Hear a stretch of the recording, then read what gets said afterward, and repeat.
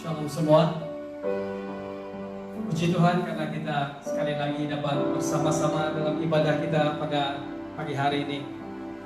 Saya berdoa supaya jemaat dalam keadaan yang baik, menikmati persekutuan bersama dengan keluarga, sambil menanti-nantikan Tuhan dalam hidup kita. Amin. Mari kita mulakan ibadah kita pagi hari ini dengan masuk dalam doa bersama. Mari kita bersedia untuk saling memberkati di dalam doa kita pada hari ini. Dimanapun Anda berada pada waktu ini, ada di kampung, ada di kota Kinabalu, saya berdoa dan berharap supaya semua kita dalam keadaan yang baik dan siap untuk memuji, menyembah Tuhan, beribadah bersama pada hari ini. Amin. Haleluya. Saudara, saya akan baca firman Tuhan dalam 1 Timotius bab yang kedua ayat yang pertama sehingga pertama-tama aku menasihatkan, naikkanlah permohonan, doa, syafaat dan ucapan syukur untuk semua orang, untuk raja-raja dan untuk semua pembesar, agar kita dapat hidup tenang dan tentram dalam segala kesalehan dan kehormatan. Itulah yang baik dan yang berkenan kepada Allah, Juru Selamat kita, yang menghendaki supaya semua orang diselamatkan dan memperoleh pengetahuan akan kebenaran. Mari datang kepada Tuhan bersama-sama dalam doa kita. Haleluya. Thank you Jesus. Bapa di surga, kami memuji-Mu, kami menyembah-Mu, kami tinggikan Engkau. Dan pada pagi hari ini, dimanapun teman-teman saya berada, dimanapun jemaat Tuhan berada pada waktu ini, saya berdoa Tuhan supaya Engkau melayani anak-anak-Mu, biar anak-anak-Mu menikmati kehadiran-Mu secara nyata dalam hidup mereka pada pagi hari ini. Saat kami memuji-Mu, saat kami menyembah-Mu, Engkau hadir dengan kasih-Mu. Kau sungguh indah tiada taranya, sungguh sungguh ajaib untuk dimengerti, sungguh ajaib untuk dimengerti, lebih dari semua yang ada. Hikmat-Mu tiada terselami, kasih-Mu dalam tak terduga. Kau sungguh indah tiada taranya, mulia dan berkuasa. Katakan ku kagum, kagum, hormat akan Engkau. Ku kagum, hormat akan Engkau. Kau Allah yang layak dipuji. Ku kagum akan Engkau. Ku kagum, hormat, kagum, hormat akan Engkau. Ku kagum, hormat akan Engkau. Kau Allah yang layak dipuji. Ku kagum akan Engkau. Ku kagum akan Engkau. Ku kagum akan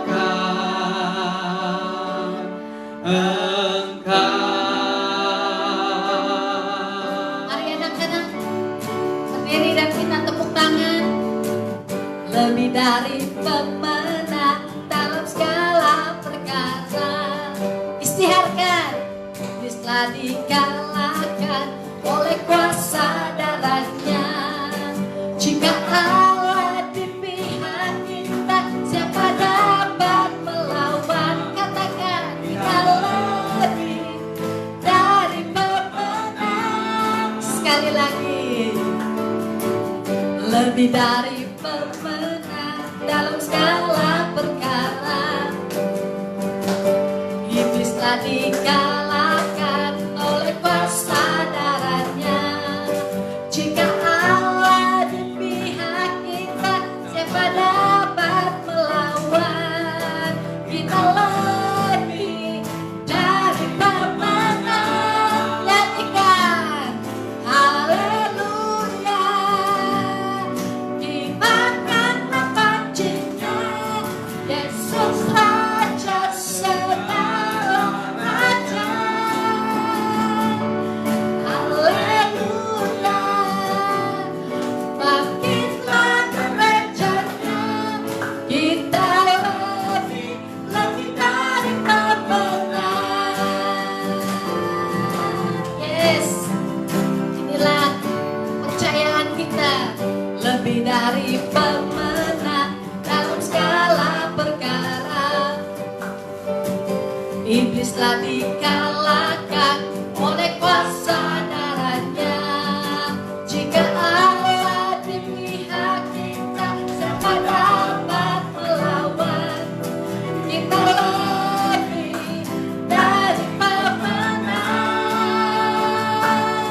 Haleluya, imankanlah pancinya, Yesus Raja segala raja.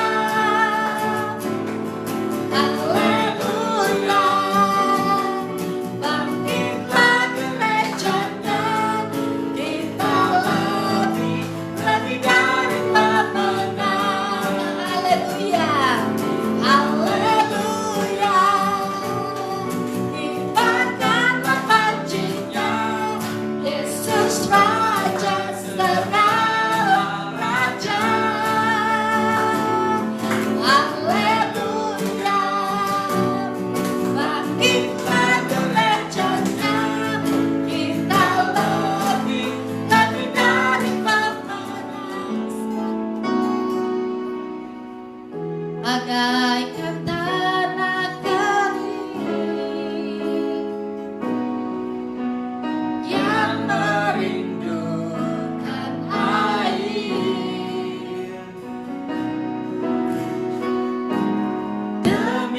demikianlah jiwaku haus akan Engkau. Ungkapkan ini, ku rindu selalu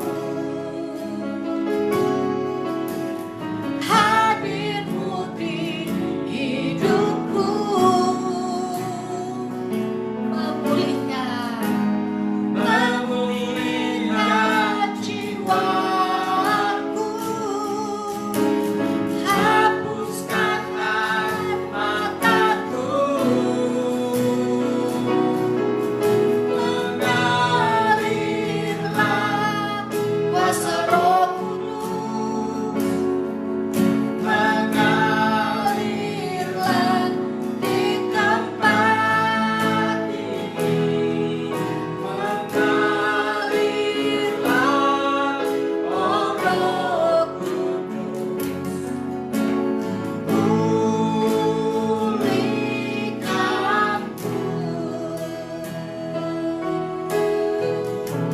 Kebenaran Bapa di surga, ini kerinduan kami, kerinduan hati kami kepada Engkau saja Bapa di surga. Bagaikan tanah kering yang merindukan air,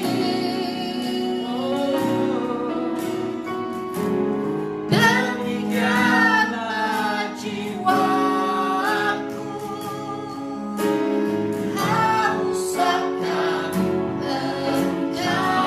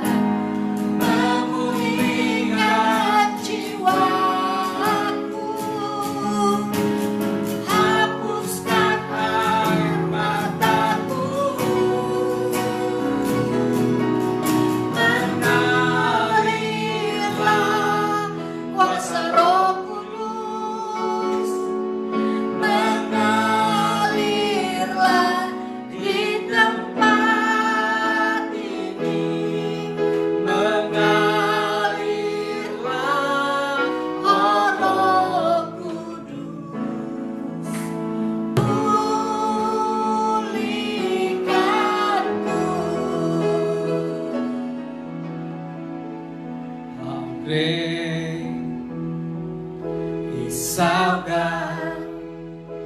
Sing with me, how great is our God, and all will see how great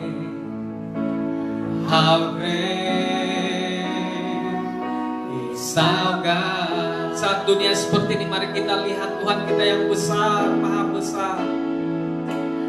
How great is our God, lebih besar daripada persoalanmu. How great is our God, and all will see how great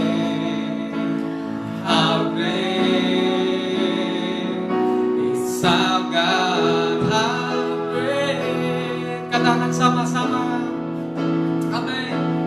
How great is our God, lebih besar daripada apapun. How great, lebih mulia our God. How great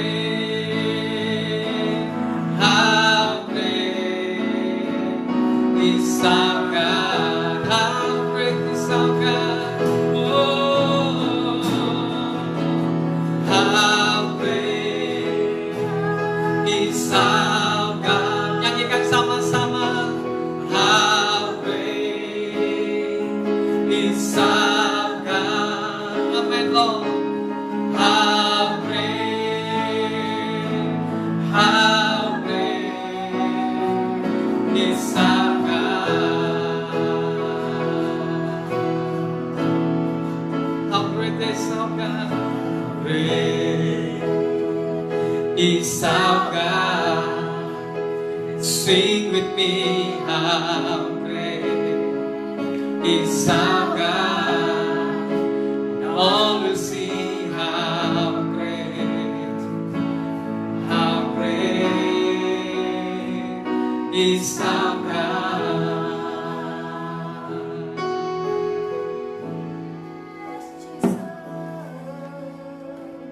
Bapa di surga, pagi hari ini kami bersyukur kalau kami dapat menikmati hadirat-Mu. Ini adalah anugerah yang besar Tuhan berikan kepada kami, karena Engkau sendiri yang membangun roh kami, jiwa kami. Terima kasih karena Roh Kudus Engkau sendiri pada saat kami tidak tahu bagaimana harus berdoa, bagaimana kami harus dapat beribadah, memuliakan Tuhan. Engkau sendiri yang bekerja di dalam hati kami, sehingga kami dapat menyebut Aba ya Bapa. Sehingga dengan keluhan-keluhan yang tidak terungkapkan, Engkau sendiri yang mengambil tempat-Mu dalam roh kami, sehingga kami dapat beribadah kami dapat beribadah kepada-Mu dengan segenap hati dan jiwa kami hari ini. Sejauh yang kami tahu untuk menyembah-Mu dengan puji-pujian, pengagungan kami dengan segenap hati kami, segenap jiwa kami, segenap kekuatan kami, seluruh adanya. Demikianlah kami mempersembahkannya sebagai korban pujian, syukur, dan sembah kami kepada-Mu Bapa di surga. Terima kasih Tuhan, terima kasih Bapa. Sebentar kami akan mendengar firman-Mu. Engkau sendiri berbicara kepada kami Tuhan. Biarlah kebenaran firman Tuhan hari ini membangkitkan iman kami, karena iman kami timbul daripada pendengaran akan firman-Mu. Sejauh firman Tuhan ini dibicarakan kepada jemaat Tuhan, setiap orang yang mendengarnya, imannya akan timbul dan bangkit, semakin percaya, semakin taat, semakin setia kepada-Mu, sehingga kami akan berakar dan tumbuh dan membesar dan menghasilkan buah. Terpuji nama-Mu Tuhan. Dalam nama Tuhan Yesus kami berdoa, dan semua jemaat yang siap untuk mendengar firman Tuhan pagi hari ini, mari kita katakan sama-sama, amin. Puji Tuhan saudara. God is good, and all the time God is good. Amin. Tuhan kita baik sepanjang masa. Puji Tuhan. Selamat datang dalam ibadah kita secara live streaming pada waktu ini. Kita melakukannya dengan hati yang tertuju kepada Yesus. Walaupun kita tidak satu di dalam ruangan, tetapi kita satu di dalam iman, kebenaran dan pengharapan kita kepada Tuhan. Amin. Saya sangat merasakan bahwa kita ada connection. We are one, kita satu di dalam memuji menyembah Tuhan. Pada waktu kita memuji Tuhan, saya rasakan bahwa kita ada kesatuan roh yang menyembah bersama-sama. Puji Tuhan, saudara kasih Tuhan.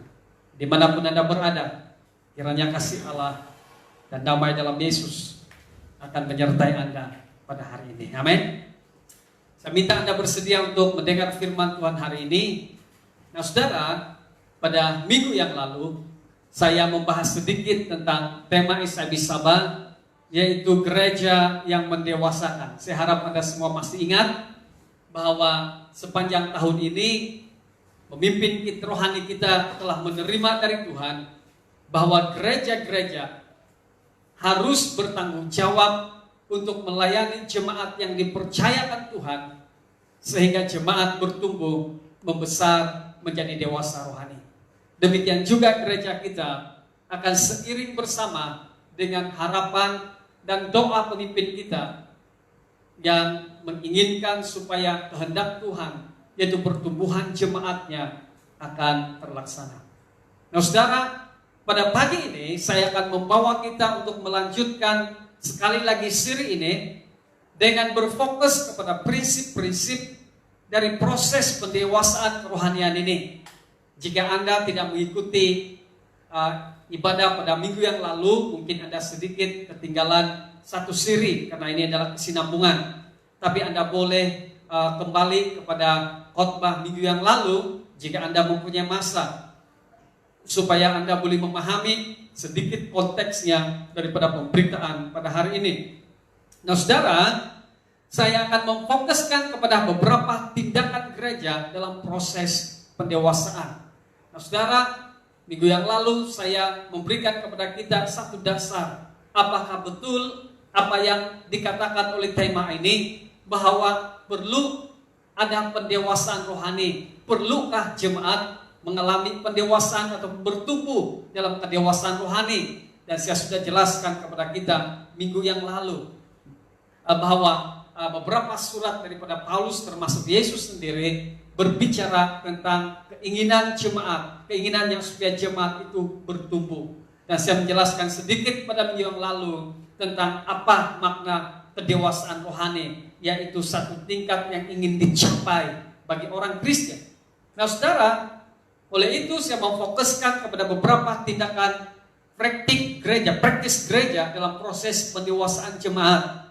Saya baca firman Tuhan yang menjadi dasar kita pada hari ini di dalam Kolose bab yang pertama ayat yang ke-27 hingga ayat 29. Kolose bab yang pertama ayat 27 hingga 29. Nah, saudara dikasihi Tuhan, saya akan membaca ayat ini dalam terjemahan Indonesia Baru. Kolose bab yang pertama ayat yang ke-27 hingga 29. Ada 3 ayat yang akan kita baca sama-sama. Saya minta supaya semua mengambil Alkitab Anda.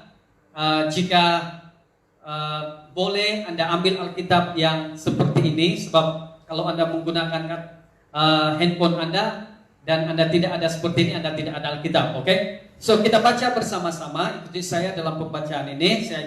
Saya baca dan ikuti saya dalam pembacaan Anda masing-masing. Paulus berkata kepada jemaat di Kolose di ayat 27, kepada mereka Allah mau memberitahukan betapa kaya dan mulianya rahasia itu di antara bangsa-bangsa lain, yaitu Kristus ada di tengah-tengah kamu, Kristus yang adalah pengharapan akan kemuliaan. Dialah yang kami beritakan apabila tiap-tiap orang kami nasihati dan tiap-tiap orang kami ajari dalam segala hikmat untuk memimpin tiap-tiap orang kepada kesempurnaan dalam Kristus. Itulah yang kuusahakan dan kupergumulkan dengan segala tenaga sesuai dengan kuasanya yang bekerja dengan kuat di dalam aku. Ini pembacaan firman Tuhan. Saudara dikasihi Tuhan, sangat menarik Daripada teks yang kita baca ini di ayat yang ke-29 berkata seperti ini. Itulah yang kuusahakan dan kupergumulkan dengan segala tenaga sesuai dengan kuasanya yang bekerja dengan kuat di dalamku, kata Paulus. Saudara, kata-kata Paulus ini merujuk kepada suatu perkara yang sangat penting, yang sangat mustahab, yang menjadi kemestian bagi Paulus.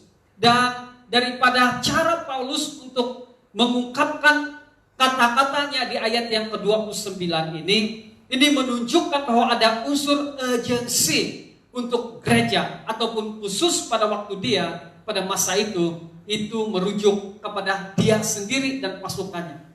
Saudara, daripada kata-kata ayat yang ke-29 yang berkata, itulah yang kuusahakan dan kupergumulkan dengan segala tenaga.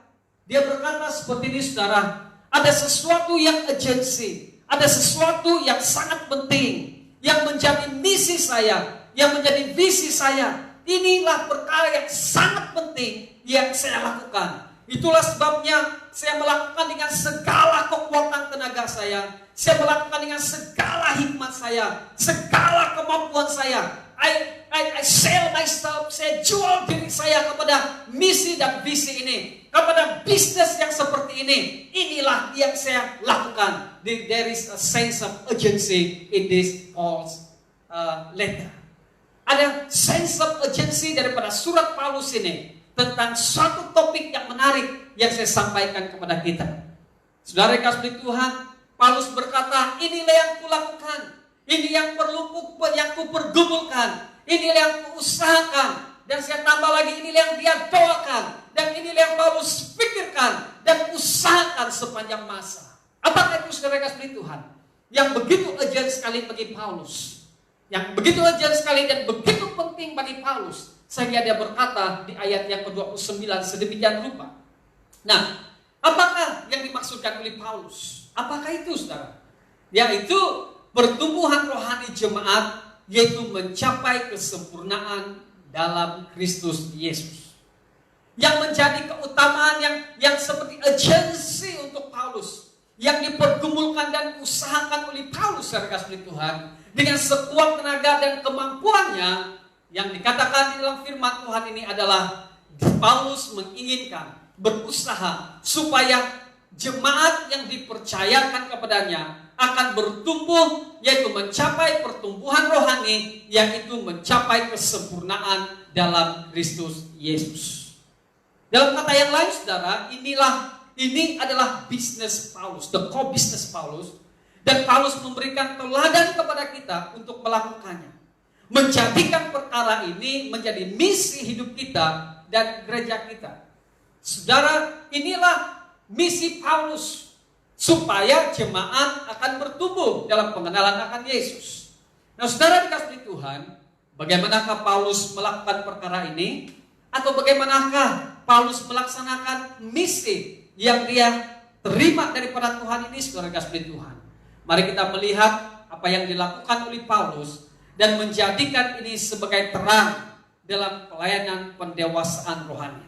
Jangan lupa, saudara, waktu saya berbicara kepada kita pada pagi hari ini, saya masih membawa bersama tema, yaitu gereja yang mendewasakan, yaitu tema gereja kita SMI Sabat.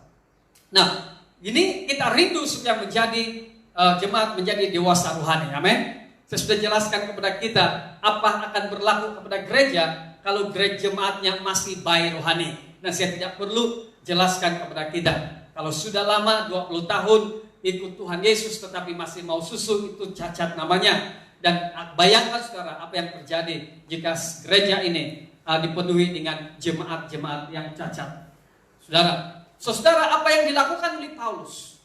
Kalau itu urgency untuk dia, dan itu adalah misinya, pasti Paulus mempunyai cara-cara pelayanan, bagaimana dia membawa jemaatnya kepada pendewasaan rohani. Mari kita lihat bersama-sama. Di ayat yang ke-27, saya mau kita bacanya di ayat yang ke-27, kembali kepada ayat yang ke-27.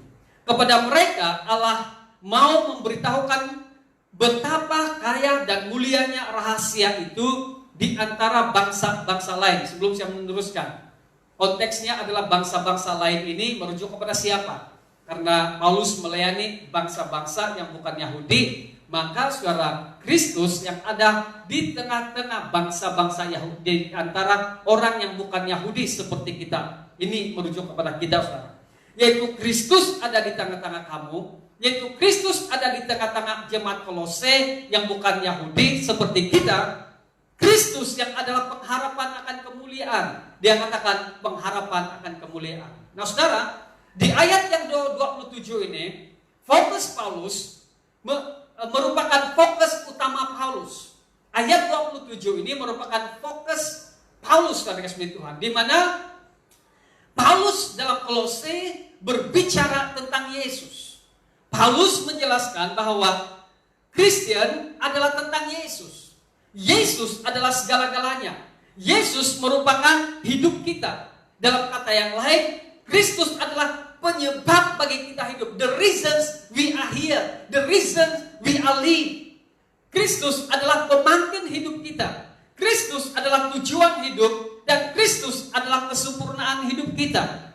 Di ayat yang ke-27, Paulus membawa pemikiran jemaatnya supaya melihat bahwa ada Kristus yang ada di tengah-tengah mereka, dan Kristus yang ada di tengah-tengah mereka lebih spesifik secara pribadi yang tinggal di dalam kita sebagai Tuhan dan penyelamat. Dia adalah segala-galanya bagi orang-orang Kristen.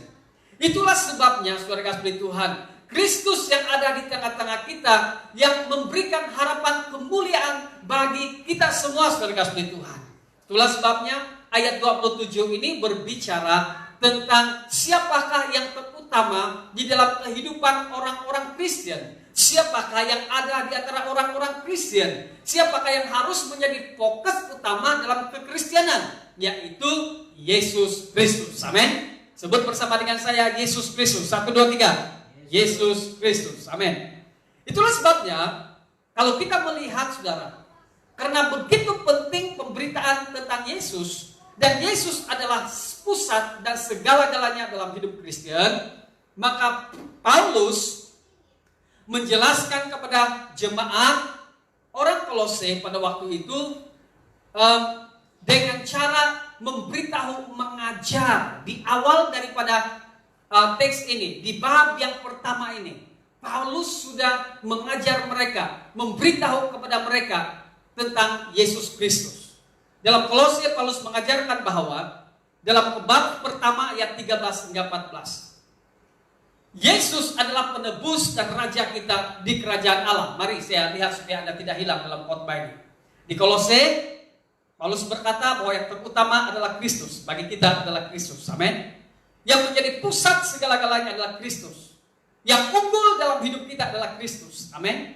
Itulah sebabnya sebelum Paulus menjelaskan perkara yang lain di dalam kitab Kolose, dia mengajar dan memperkenalkan siapa Yesus Kristus itu di bab awal, yaitu di ayat-ayat awal dalam bab yang pertama. Yaitu di bab yang pertama ayat ke-13 hingga 14, Paulus berkata seperti ini. Yesus adalah penebus dan raja kita di kerajaan Allah. Ada kerajaan gelap, ada kerajaan terang. Dan Yesus itu adalah penebus kita yang melepaskan kita, memindahkan kita sehingga kita masuk dalam kerajaan terang. Dan Yesus itu adalah raja di dalam kerajaan yang baru itu, dalam kerajaan Allah. Amin. Bab yang pertama ayat 15 dan 17, Paulus menjelaskan bahwa Yesus adalah gambar Allah yang tidak kelihatan. Yesus adalah pencipta dunia dan segala sesuatu. Malah di dalam ayat yang bab yang pertama ayat 18 dikatakan Yesus adalah kepala tubuh jemaat. Di bab yang pertama ayat 19 berkata, segala kepenuhan Allah ada di dalam Dia, yaitu di dalam Yesus Kristus. Di dalam bab yang pertama ayat 20 berkata, Yesus adalah pendamai di antara manusia dengan Allah. Yang dulu manusia adalah seteru Allah, musuh Allah, tapi Yesus adalah pendamai. Hubungan dipulihkan di antara manusia dengan Allah. Amin. Saudara dikasihi Tuhan, sebenarnya ada kekayaan doktrin, ada kekayaan pelajaran kristologi yang boleh menyatakan, yang saya boleh jelaskan kepada kita tentang Yesus itu adalah Allah, yang firman yang menjadi manusia. Segala kepenuhan Kristus ada di dalam Dia. Dia pencipta, Dia ada dalam penciptaan. Ini bukan masa untuk saya menjelaskan kepada kita, tapi daripada ayat 13 hingga ayat yang ke-20, saudara kasih Tuhan, itu menggambarkan satu pelajaran kristologi yang sangat menarik dan sangat kaya tentang pribadi Yesus Kristus. Nah, saudara, kenapa Paulus memulahkan suratnya dengan menjelaskan tentang Yesus? Karena Paulus mendasarkan surat ini dengan menjelaskan Yesus Kristus. Kenapa, saudara? Karena, saudara, dia mau supaya jemaat mengetahui bahwa the center of life ataupun pusat hidup manusia satu untuk segala-galanya dan satu di dalam kita, yaitu Yesus Kristus sendiri. Ia dapat menjelaskan dari mana Yesus, apa Yesus lakukan kepada dunia ini dan kepada manusia, apa makna Yesus sebagai manusia dan khususnya kepada pengikut-pengikutnya, yaitu orang-orang Kristen. Nah, saudara, dengar saya baik-baik, ikuti ini dengan perlahan-lahan. Setelah Paulus menjelaskan tentang Tuhan Yesus di ayat 13 hingga ayat yang ke-20, saudara, maka pada ayat yang ke-27 Paulus membacanya untuk melihat apa yang Yesus lakukan. Dikatakan, Paulus menjelaskan kepada jemaat Kolose bahwa Yesus seperti yang dijelaskan di bab yang di ayat yang ke-13 hingga ayat yang ke-20 itu merupakan pengharapan akan kemuliaan. Inilah yang dialami oleh jemaat Tuhan. Karena Kristus tinggal di dalam kita, kata Paulus di ayat yang ke-27.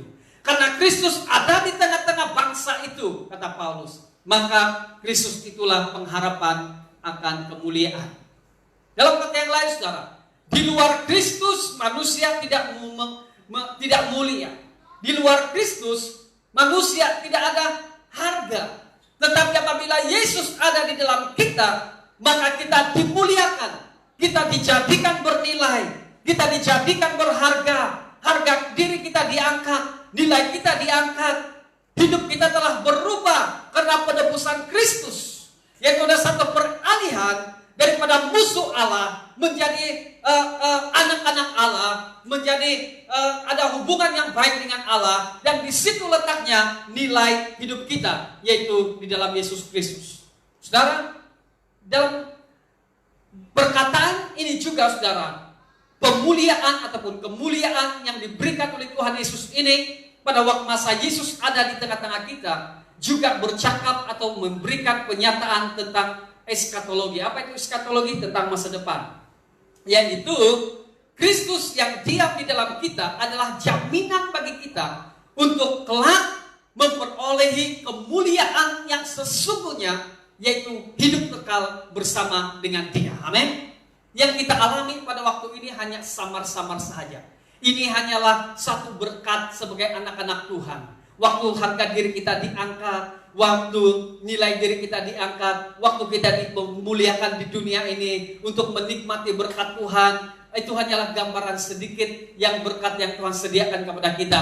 Tetapi ayat pada waktu pemulihan ini dilakukan, pemulihan yang sesungguhnya adalah pada masa kita bersama dengan Tuhan di surga nanti. Amin. Nah, ini yang dikatakan oleh Paulus.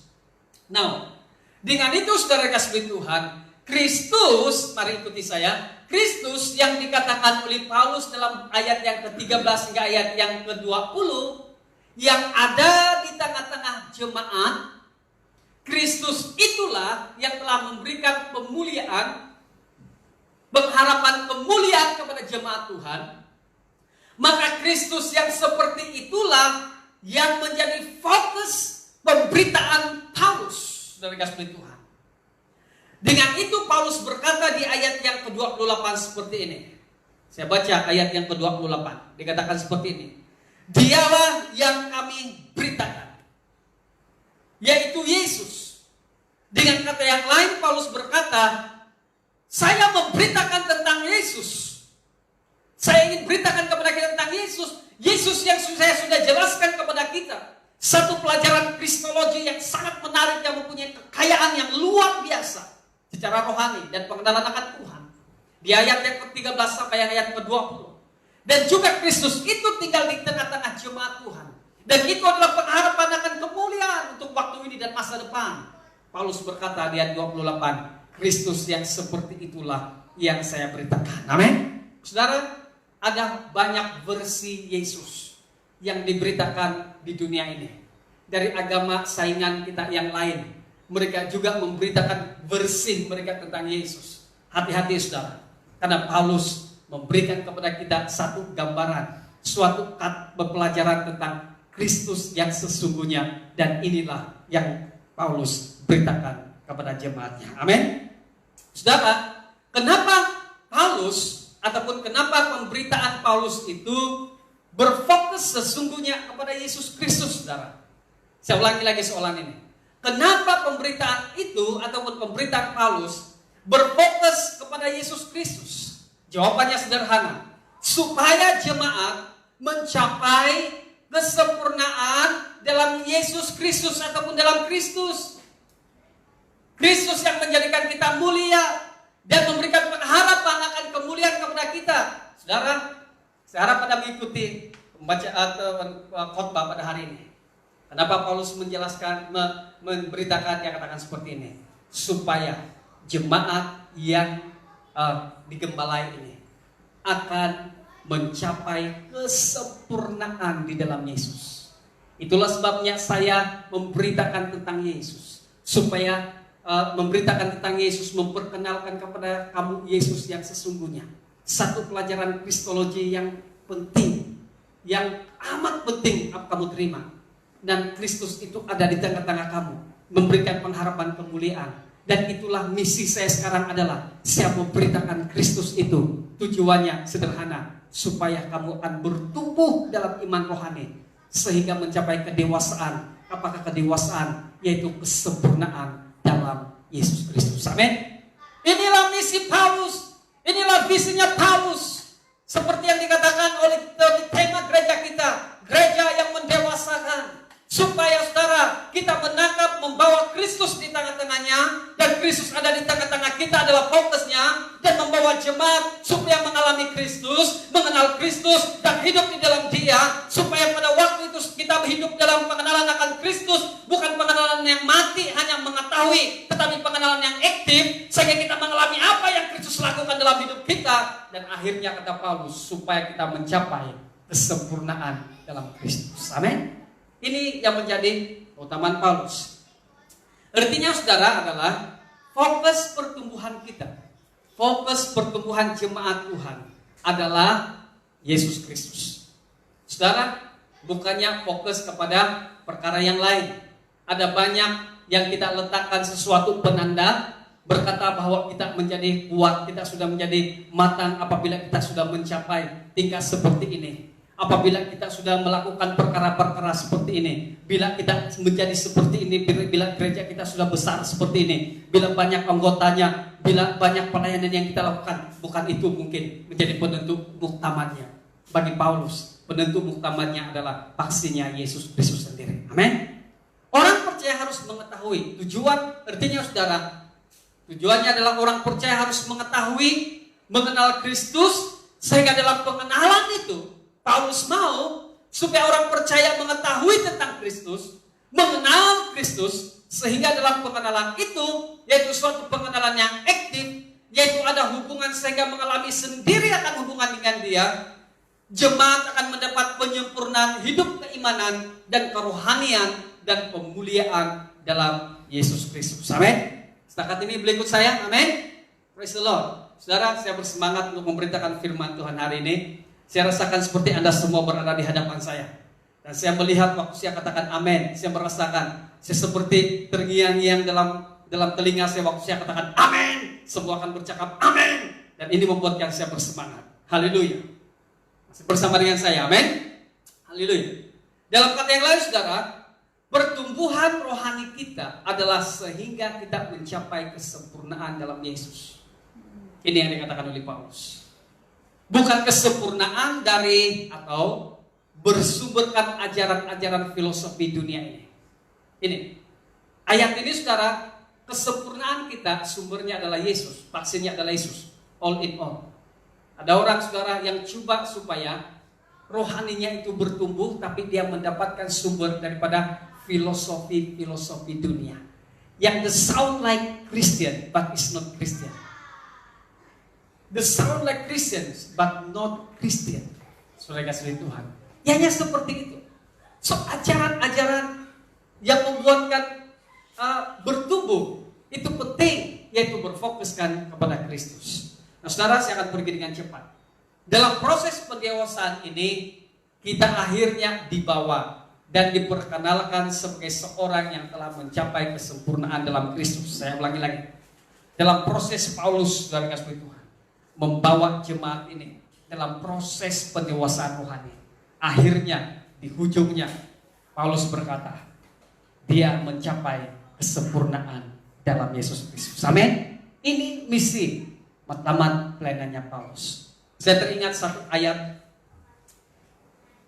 yang berkata dalam Lukas 4 yang ke-40 berkata seperti ini. Seorang murid tidak lebih daripada gurunya. Tetapi barang siapa yang telah tamat pelajarannya akan sama dengan gurunya. Saya ulangi, catat ayat ini. Seorang murid tidak lebih daripada gurunya. Tetapi barang siapa yang telah tamat pelajarannya akan sama dengan gurunya. Dalam kata yang lain, saudara, Yesus memberitahu bahwa jika kita adalah murid-muridnya, maka kita dapat menjadi seperti guru kita. Harus Anda lihat, dalam sisi teologi, ada orang berkata, tidak boleh kita mengingini seperti Yesus. Kita akan nanti menjadi seperti Lucifer yang mau menyamai Allah, sebab itu adalah kesombongan. Itu konteks berbeda, saudara kasih Tuhan. Ini berbicara tentang perubahan hidup dalam Yesus, kesempurnaan di dalam Yesus yang bukan melawan Tuhan, tetapi beribadah dan mengalami hidup dalam Yesus. Amin. Ini berbeda, saudara kasih Tuhan. Suatu tingkat pertumbuhan sehingga sama seperti guru itu sendiri. Ini menarik, saudara kasih Tuhan. Ada cerita yang hampir sempurna untuk Petrus, tapi tidak sempurna. Waktu Yesus berjalan di atas air, saudara, seorang murid waktu dia bertanya kepada gurunya, bolehkah saya berjalan di atas air? Lalu Yesus berkata, marilah Petrus. Lalu Petrus berjalan di atas air. Kalau gurunya berjalan di atas air, Petrus pada waktu itu berjalan di atas air. Amin. Ini adalah gambaran sedikit saja tentang apa yang dikatakan oleh Tuhan Yesus. Nah saudara, saya bawa kita kepada satu soalan yang boleh membawa kita kepada proses. Apa proses yang harus dilakukan oleh gereja, saudara kasih Tuhan, untuk membawa jemaat mencapai pendewasaan rohani, yaitu kesempurnaan dalam Yesus. Bagaimanakah gereja berperanan dalam proses pendewasaan rohani, yaitu kedewasaan kesempurnaan dalam Kristus, atau menurut Yesus akan menjadi sama dengan gurunya. Apa yang dilakukan, saudara kasih Tuhan? Nah, ada 4 perkara yang perlu dilakukan oleh gereja. Yang pertama, saudara, di ayat yang ke-28. Mari saya baca untuk kita ayat 28. Dikatakan di ayat 28, dialah yang kami beritakan apabila tiap-tiap orang kami nasihati dalam segala hikmat untuk memimpin tiap-tiap orang dalam kesempurnaan dalam Kristus. Daripada ayat 28 ini kita akan mendapat 4 poin apa perkara-perkara yang gereja lakukan untuk mengikuti teladan Paulus melayani jemaat supaya mereka melalui proses pendewasaan rohani sehingga mencapai kesempurnaan dalam Yesus.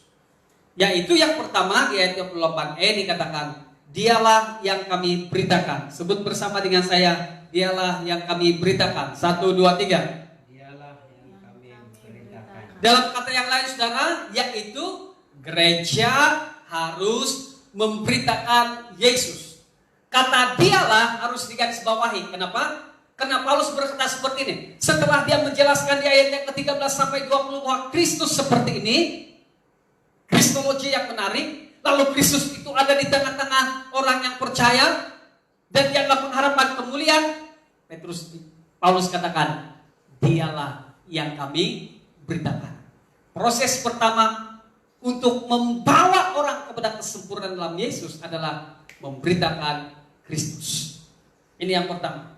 Gereja harus menyusun pemberitaan tentang Kristus, yaitu menentukan isi berita yang alkitabiah yang menyajikan ataupun memaparkan keunggulan Kristus secara kristologi yang mantap, yang kaya, saudara kasih Tuhan.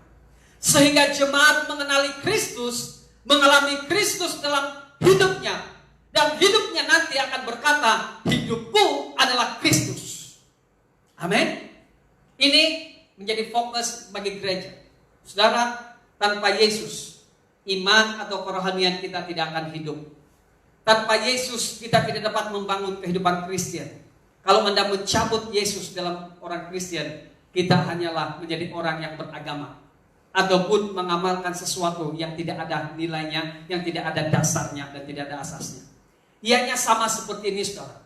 Kalau kita suruh orang bertobat, mengaku dosa, tanpa menjelaskan bahwa ada alasan kita bertobat karena Yesus sudah mati di atas kayu salib untuk kita, merupakan anugerah besar Allah, maka kita hanya menyuruh mereka seperti tindakan manusia tanpa ada asas bahwa Tuhan sudah mengampuni kita.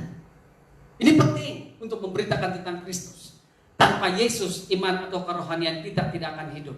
Tanpa Yesus, kita tidak dapat membangun kehidupan kekristenan kita, ataupun Kristen ini sendiri. Dalam konteks hubungan Paulus dengan Kolose ini, saudara kasih Tuhan, Paulus memberitakan Kristus.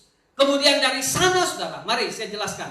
Konteksnya adalah pada masa Paulus memberitakan Kristus, maka dari sana ia bertolak dari topik ke topik yang satu yang lain, di mana Kristus menjadi asas utamanya.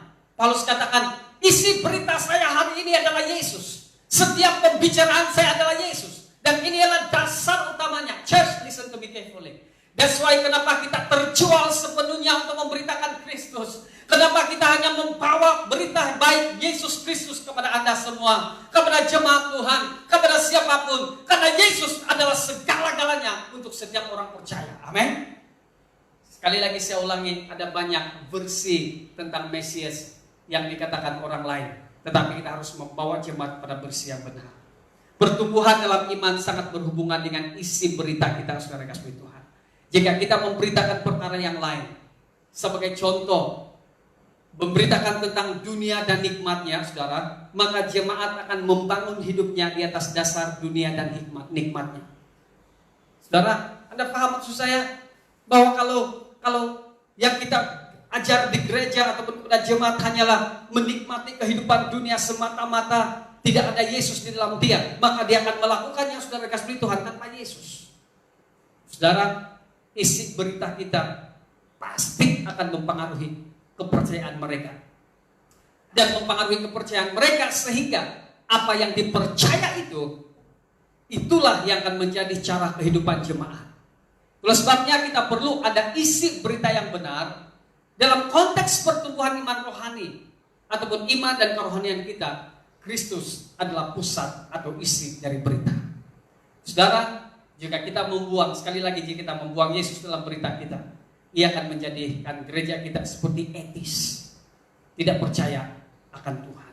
Saudara, perkara pertama dalam proses Paulus, bagaimana dia membawa jemaat untuk mencapai kesempurnaan dalam Kristus. Dalam proses pendewasaan itu, Paulus sangat tahu bahwa hanya ada satu berita, yaitu berita Yesus Kristus. Dan berita itu waktu diterima, ia akan mengubah seluruh sistem dalam kehidupan setiap orang, sistem beliefnya. Lalu hidupnya akan diubah seperti Kristus. Amin. Itu yang pertama. Yang kedua, apakah proses yang dilakukan oleh Paulus?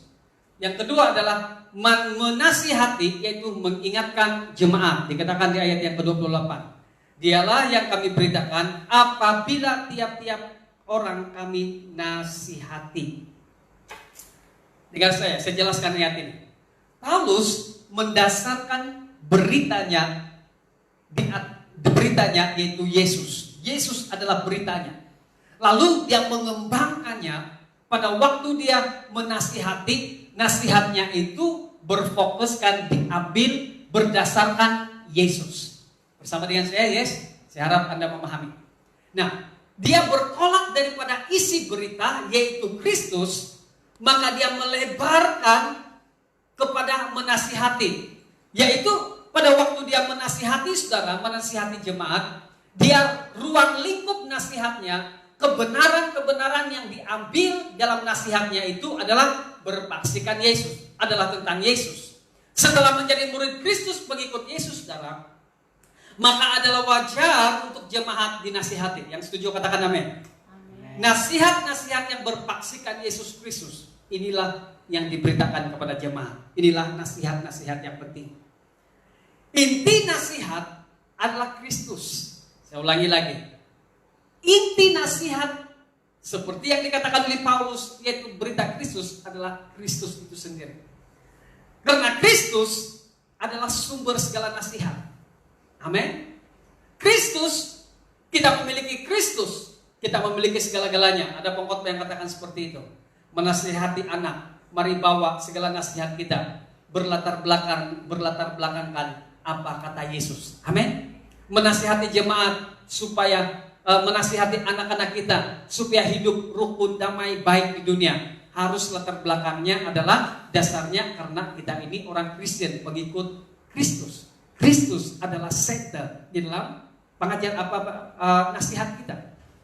Saudara, apabila jemaat dinasihati untuk melakukan disiplin rohani, itu karena hubungan dengan Kristus. Ini penting. Jika Kristen dinasihati untuk hidup kudus dan berkenan kepada Tuhan, itu karena berhubungan dengan Kristus Yesus. Dasarnya adalah Kristus. Apabila jemaat dinasihati untuk melayani Tuhan, itu adalah ada hubung kaitnya dengan Kristus, saudara kasih Tuhan. Apabila jemaat dinasihati untuk berkarya dengan baik di dunia marketplace, tidak rasuah, jujur, integriti dan lain-lain. Bukan integriti dan rasuahnya itu yang menjadi master di dalam pemikiran, dipaksakan. Tapi karena ada Kristus, maka kita akan hidup seperti mana? Apa kata Tuhan Yesus? Integritinya ada di sana, tidak rasuahnya di dalam sana, dan lain-lain yang ada di sana. Itu semua karena Kristus. Amin. Kristus Yesus adalah alasannya. So, oleh sebab itu saudara, gereja perlu berperanan untuk menasihati jemaat supaya tetap percaya, tetap setia, tetap taat kepada Yesus Kristus. Karena waktu kita menasihati jemaat saudara kasih Tuhan, Kristus adalah dasarnya, dan nasihat itu adalah bersumber dari Yesus kepada Yesus, tentang Yesus yang dilebarkan oleh Paulus. Jemaat harus dinasihati tentang kehidupan dalam Yesus saudara, dan diingatkan akan kebenaran-kebenaran tentang Kristus. Dan kebenaran itu harus mempengaruhi hidup jemaat, harus diterima sehingga hidup mereka akan berubah. Nah, tindakan-tindakan ini saudara kasih Tuhan, jika ini dilakukan dengan kasih dan terus menerus ada nasihat dalam Kristus, maka ia akan mentransformasikan. Saya tidak tahu bahasa saya betul ataupun tidak, tapi ini saja yang timbul dalam pikiran saya. Transformasi, mengubahkan dari bentuk yang lama menjadi bentuk yang baru. Bentuk lama adalah kata Paulus dalam Kolose pertama ayat 13, di kuasa kegelapan menjadi baru dalam kuasa kerajaan Allah. Amin. Dia akan mengubah kita menjadi baru. Inilah proses yang kedua yang dilakukan oleh Paulus, bagaimana assisting, membawa jemaat mencapai kesempurnaan dalam Kristus. Yang pertama ada berita Kristus. Ada nasihat. Apa itu nasihat? Nasihat yang dasarnya adalah Kristus, semuanya tentang Kristus. Dan yang ketiga, hanya ada 4, ada 2 lagi. Yang ketiga adalah mengajar jemaat. Sebut dengan saya, mengajar jemaat. 1, 2, 3. Dikatakan, dialah yang kami beritakan apabila tiap-tiap orang kami nasihati dan tiap-tiap orang kami ajari dengan segala hikmah. Isi berita masih sama, yaitu Kristus. Paulus mengembangkannya kepada satu tindakan lagi, yaitu tiap-tiap orang kami ajari, yaitu pengajaran yang sehat, sound doctrine. Sound doctrine disebut sebagai sound doctrine, dari sanalah kata-kata disebut doktrin yang diajar kepada jemaat. Nah, setiap kali Paulus mengajar, asas ajarannya itu adalah Kristus. Isi beritanya adalah Kristus. Jadi ajarannya itu adalah Kristus. Dia mengembangkannya dengan cara mengajar jemaat. Di sana dia mengembangkan semua ajarannya yang berdasarkan atau bersumberkan Kristus. Seperti yang dia beritakan, seperti yang dia tulis oleh kasih Tuhan. Dia mengajar ajaran-ajaran asas keimanan tentang Kristus. Ini Paulus. Ajaran-ajaran kehidupan Kristen, ajaran-ajaran praktikal kehidupan Kristen dan pelayanan. Saudara, ada orang mengajar tentang doktrin itu seperti berada di awan-awanan. Dia tidak mendarat menjadi kehidupan. Nanti yang saya takut adalah orang akan hidup dalam awan-awanan, tapi tidak mendarat dalam kehidupan. Paulus mengajar asas-asas kehidupan, asas-asas keimanan, ajaran-ajaran kehidupan Kristen, ajaran-ajaran yang praktikal dalam kehidupan kekristenan dan juga dalam pelayanan. Nah, saudara, pusat pemberitaan bukan kepada diri sendiri atau tentang gereja itu sendiri semata-mata, tetapi gereja itu harus proklamasikan Kristus, mengajar jemaat secara sistematik tentang Kristus. Karena pada waktu kita mengajarkan tentang Yesus, kebenaran itu sendiri akan mempengaruhi kehidupan dan menguasai kehidupan. Dan apa yang kita terima, itu yang menjadi asas hidup kita. Dan itu yang menjadi panduan hidup kita. Itu yang menjadi pegangan kita. Itu adalah pemandu hidup kita, the driving force di dalam hidup kita. Ada orang saudara yang pada waktu saya bertanya, apa ayat pegangan hidup kamu? Dia akan menjawab begini, aku dapat menanggungnya, kata kawan saya ini, sesuai dengan kekuatan yang Tuhan berikan kepadaku. Konteksnya adalah keuangan, tapi dia tidak dapat melaluinya. Tetapi waktu dia membaca ayat ini, saudara kasih Tuhan, dia hidupnya makin kuat. Ada orang yang mengambil ayat-ayat yang lain, saudara, yang menjadi terang di dalam dia, yang menjadi pegangan hidup dia.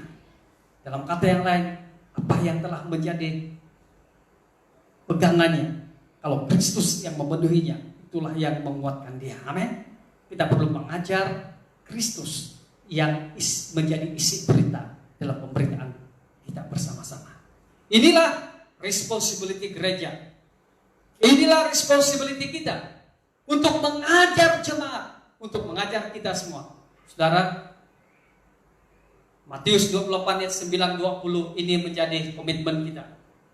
Dalam amanat agung bukan saja berkata bahwa pergilah jadikan semua bangsa muridku, tapi dalam amanat agung ini ada satu kata yang berkata seperti ini, dan ajarlah mereka. Ajarlah mereka untuk melakukan segala sesuatu yang kuperintahkan kepadamu. Bukan sekedar mengetahui, tetapi sampai mereka memahami ajaran Kristus dan melakukan apa yang diperintahkan kepadanya. Yang terakhir, saudara kasih Tuhan, apa proses yang keempat yang dilakukan oleh Paulus dalam proses pendewasaannya sehingga mencapai kesempurnaan dalam Kristus, yaitu mengarahkan dan memimpin jemaat. Mengarahkan atau memimpin jemaat. Garis bawahi kata ini, mengarahkan atau memimpin jemaat. Maksudnya mengarahkan adalah orang jalan di sini, dan lalu Paulus berkata kepada jemaat, bukan di situ jalan dia, di sini jalan dia. Lalu dia pimpin jemaat itu pergi. Dalam bahasa Yunaninya lebih tepat, yaitu dia mendampingi jemaat itu. Dengan cara apa, saudara? Dengan cara ataupun bagaimanakah caranya Paulus memimpin, mengarahkan dan mendampingi jemaat itu ke jalan yang benar? Caranya adalah seperti yang kita belajar tadi, yaitu dengan cara menasihati dan dengan mengajar. Ini berkaitan satu dengan yang lain. Waktu Paulus membimbing jemaat, ataupun dengan kata yang lain yang kita pakai di gereja kita sekarang adalah mendampingi jemaat, seorang pendamping kepada jiwa yang lain. Waktu kita mendampingi jemaat, saudara kasih Tuhan, seorang yang berjalan bersama dengan seorang yang lain mendampingi, dua perkara yang Paulus lakukan waktu dia mendampingi, menasihati dan mengajar.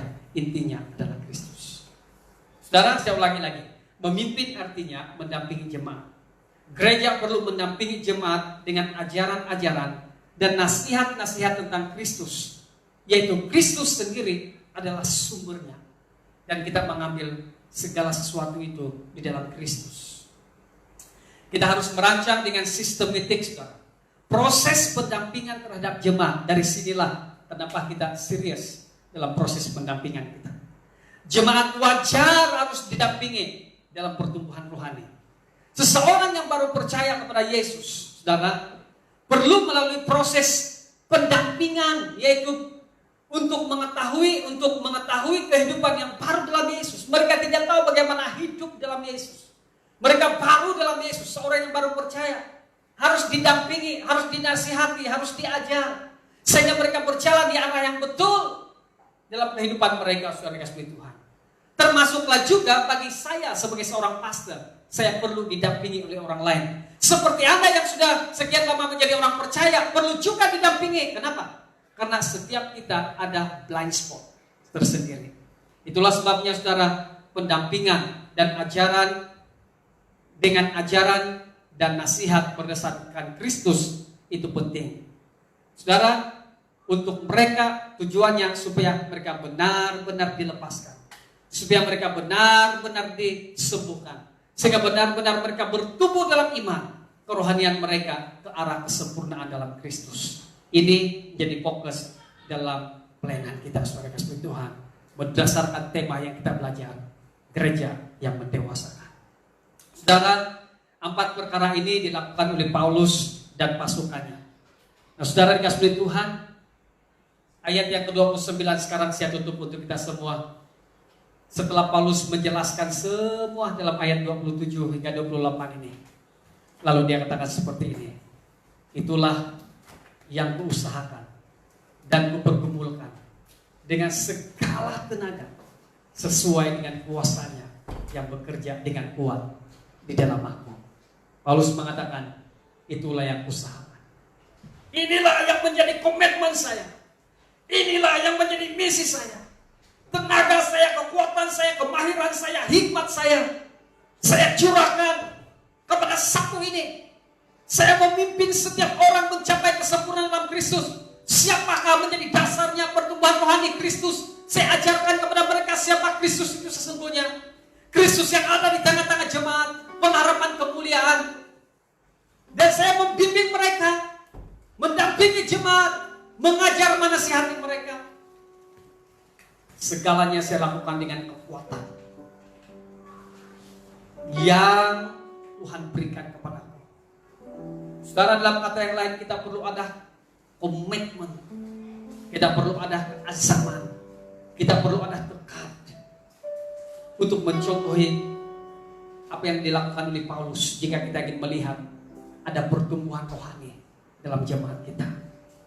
Saudara, tapi untuk melaksanakannya, ayat 29 dikatakan begini: Paulus menyadari bahwa dia sangat terbatas. Dia tidak dapat melaksanakan pelayanannya, saudara kasih Tuhan, dengan kekuatannya sendiri. Ayat 29 berkata seperti ini: itulah yang kuusahakan dan kupergumulkan dengan segala tenaga, sesuai dengan kuasanya yang bekerja dengan kuat di dalam aku. Sesuai dengan kuasanya, huruf besar. Yang itu huruf besar, yaitu kuasa Allah.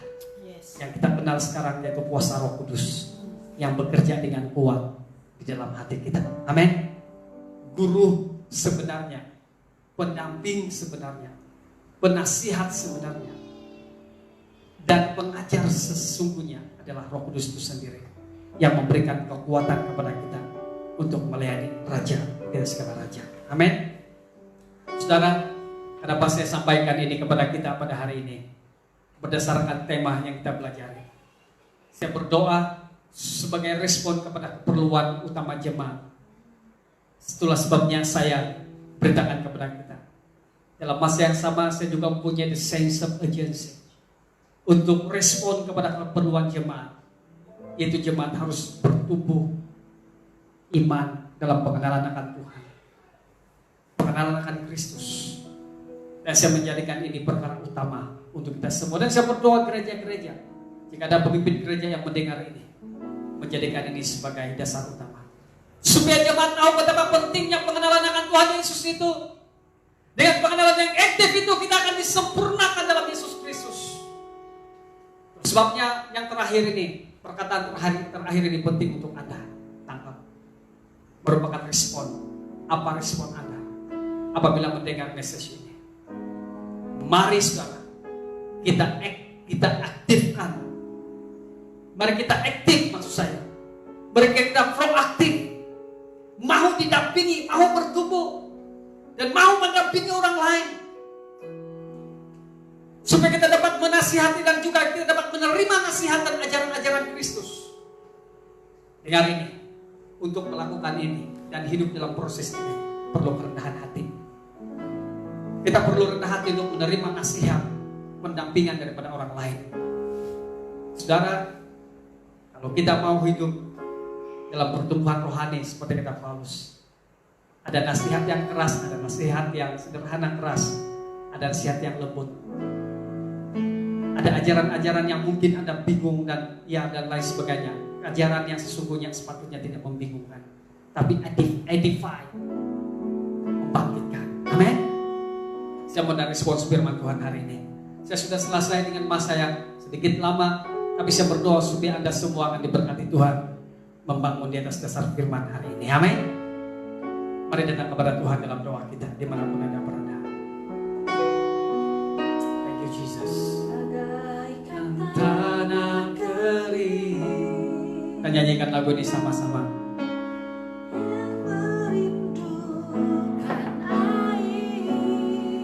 Demikianlah jiwaku.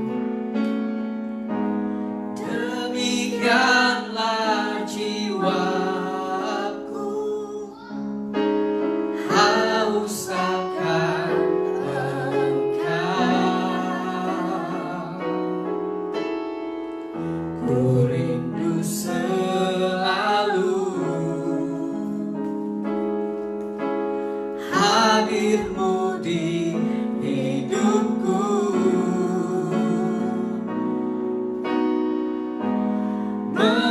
Memulihkan jiwaku, hapuskan air mataku, mengalirlah kuasa Roh Kudus, mengalirlah di tempat ini, mengalirlah oh Roh Kudus, pulihkanku.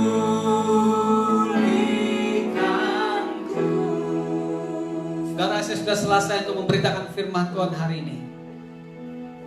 Hanya dengan kekuatan Roh Kudus Anda akan dapat menangkapnya dan menjadikan itu bahagian dalam hidupmu, menjadikan itu satu komitmen untuk pertumbuhan rohani bagi Anda. Di sisi yang lain saya beritakan kepada jemaat, kepada gereja-gereja, berdasarkan apa yang dikatakan dalam tema gereja yang mendewasakan. Saya tidak tahu apa yang Anda mau respons firman Tuhan hari ini, tapi saya akan berdoa supaya akan ada kerinduan yang meluap dalam hatimu untuk mengenal Yesus lebih dalam lagi. Jika engkau mau respons firman Tuhan hari ini, saya mau engkau letakkan tanganmu di dadamu sekarang. Yang mau mengenal Dia, yang adalah pengharapan akan kemuliaan, saya mau engkau letakkan tanganmu di dadamu sekarang. Dan saya akan berdoa untuk Anda. Saudara, bila masanya bagi kita untuk bersungguh-sungguh kepada Tuhan, inilah waktunya masa bagi kita untuk bersungguh-sungguh kepada Tuhan.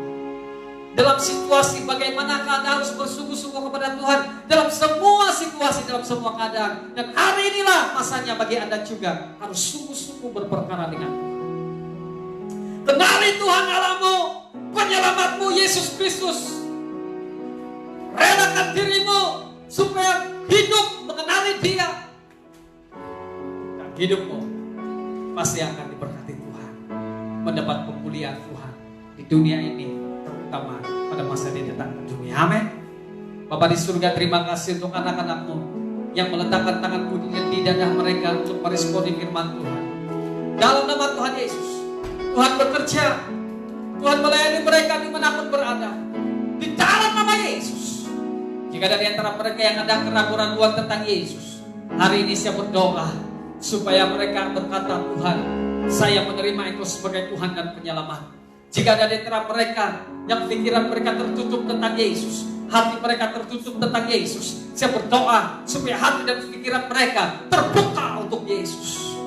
Dan mereka akan mengalami perbezaan. Bagaimana hidup dalam Yesus.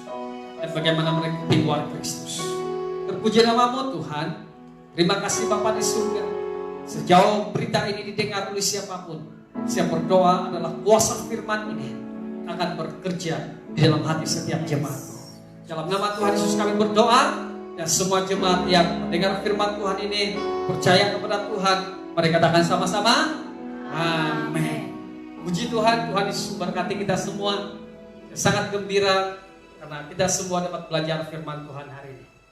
Saudara, kita akan memberi uang persembahan dan juga uang persepuluhan kita pada hari ini. Di dalam ruang komen, di dalam screen Anda akan ada sekali lagi nomor account kita. Nomor account ini Anda catat supaya Anda tidak salah. Oke? Dan kita akan memberi uang persembahan. Apabila dia tampil di ruang komen yang disediakan kepada kita, saya minta supaya Anda mencatatnya dan kita akan memberi bersama-sama. Amin. Siap berikan ruang dan masa bagi Anda. Namun sebelum itu, mari kita berdoa bersama-sama. Haleluya. Pejamkan matamu. Fokuskan perhatian kita kepada Tuhan. Saudara, mari kita memberi dengan segenap hati, segenap jiwa, dengan segenap kekuatan kita. Artinya apa saudara? Itu adalah hukum yang pertama dan terutama. Saudara, mari kita memberi dengan hati yang jujur dan terbuka kepada Tuhan. Ada anugerah yang sempurna yang Tuhan sudah sediakan untuk kita, yaitu keselamatan. Mari kita respon kasih karunia Tuhan yang besar itu pada hari ini. Bapa di surga, terima kasih. Kami siap untuk memberi uang persembahan pada hari ini. Saya berdoa supaya Tuhan memberkati jemaat Tuhan. Walaupun dalam situasi ekonomi seperti ini, selagi jemaat beribadah kepadamu, Tuhan menyediakan keuangan yang cukup, makanan, dan semua perkara-perkara asas dalam kehidupan. Semuanya Tuhan cukupkan. Saya istiharkan ini dalam nama Tuhan Yesus. Jemaat yang dikasihi Tuhan, dengan sukacita, dengan pimpinan dan dorongan Roh Kudus, beri yang terbaik untuk kemuliaan Tuhan. Dalam nama Tuhan Yesus kami berdoa. Dan yang siap untuk memberi, mari katakan sama-sama amin. Tuhan Yesus memberkati Anda. Selamat memberi secara online, transfer. Dan jika Anda tidak mempunyai akses untuk transfer uang persembahan, Anda boleh kumpulkan itu dan nanti sila hubungi kami pimpinan supaya kami dapat mengatur tempat di mana Anda menyampaikan, memberikan uang persembahan Anda. Puji Tuhan, Tuhan Yesus memberkati kita semua. Haleluya. Thank you Jesus.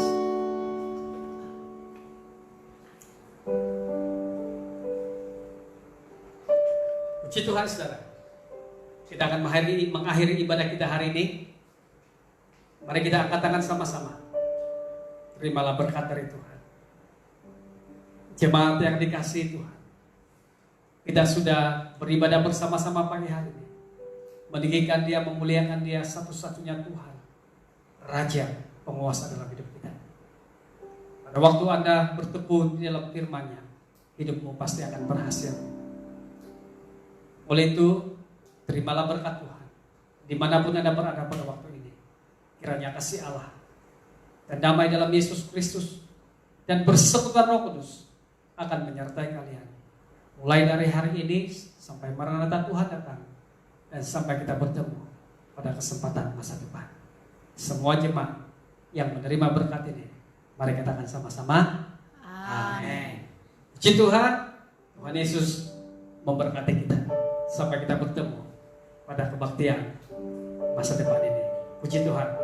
Jangan lupa 15 menit dari sekarang kita akan ada service khusus khas untuk Life Kids kita. So minta parents semua kumpulkan anak-anak di ruang yang paling selesa sesuai supaya kita dapat bawa mereka beribadah bersama-sama. Oke? Puji Tuhan, Tuhan Yesus memberkati kita.